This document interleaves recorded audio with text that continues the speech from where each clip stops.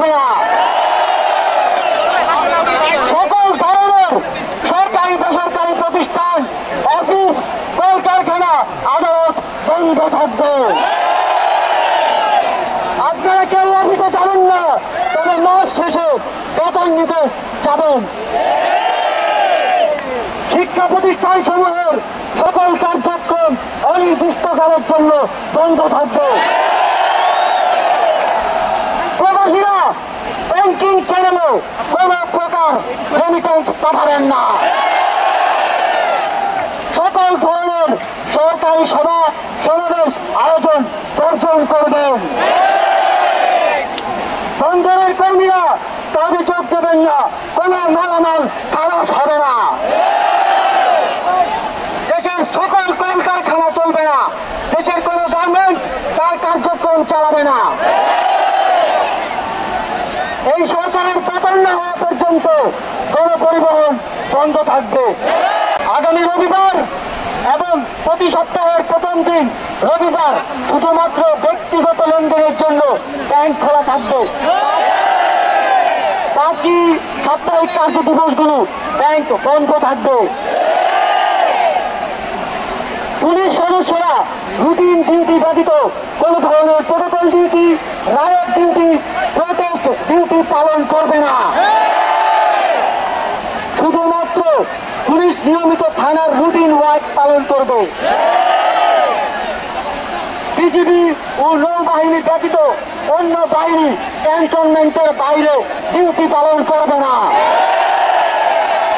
BGB এবং নৌবাহিনীও বেরাত এবং coastal এরিয়ার মধ্যে সীমাবদ্ধ থাকবে। আপনারা সচিবালয়ে যাবেন না, ডিসি বা উপজেলা কর্মকর্তারা নিজ নিজ কার্যালয়ে যাবেন না।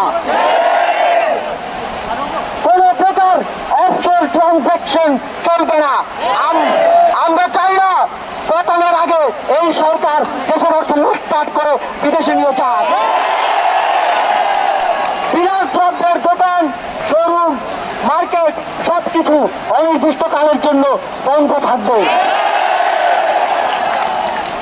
আমাদের অসহযোগ আন্দোলনের আওতামুক্ত থাকবে হাসপাতাল, ফার্মেসি, জরুরি পরিবহন সেবা যেমন ঔষধ ও চিকিৎসা সরঞ্জাম পরিবহন, অ্যাম্বুলেন্স সেবা, ফায়ার সার্ভিস, গণমাধ্যম, নিত্য প্রয়োজনীয় দ্রব্য পরিবহন, জরুরি ইন্টারনেট সেবা, জরুরি ত্রাণ সহায়তা এবং এই খাতে কর্তব্যরত কর্মচারী এবং কর্মকর্তাবৃন্দ। নিত্য প্রয়োজনীয় দ্রব্যের দোকানপাট শুধুমাত্র বেলা 11টা থেকে দুপুর 1টা পর্যন্ত খোলা থাকবে। বন্ধুগণ, এই স্বৈরাচারী খুনি সরকারের পতন না হওয়া পর্যন্ত এই প্রত্যেকটা কর্মসূচি আপনারা পাড়ায়, মহল্লায়, গ্রামে, শহরে, থেকে তেতুলিয়া, রূপসা থেকে পাথুরিয়া বাস্তবায়ন করার দায়িত্ব নেবেন। আপনারা কি সেই দায়িত্ব নিচ্ছেন? কারা দায়িত্ব নেবেন? হাত তোলেন। যতদিন পতন না হবে ততদিন আমরা এই সরকারের সাথে সম্পূর্ণ নন কোঅপারেশন অসহযোগ ঘোষণা করছি। অসহযোগের পাশাপাশি বিক্ষোভ মিছিল সমাবেশ করে আপনারা সারা দেশে এই আন্দোলনকে জাগ্রত রাখবেন।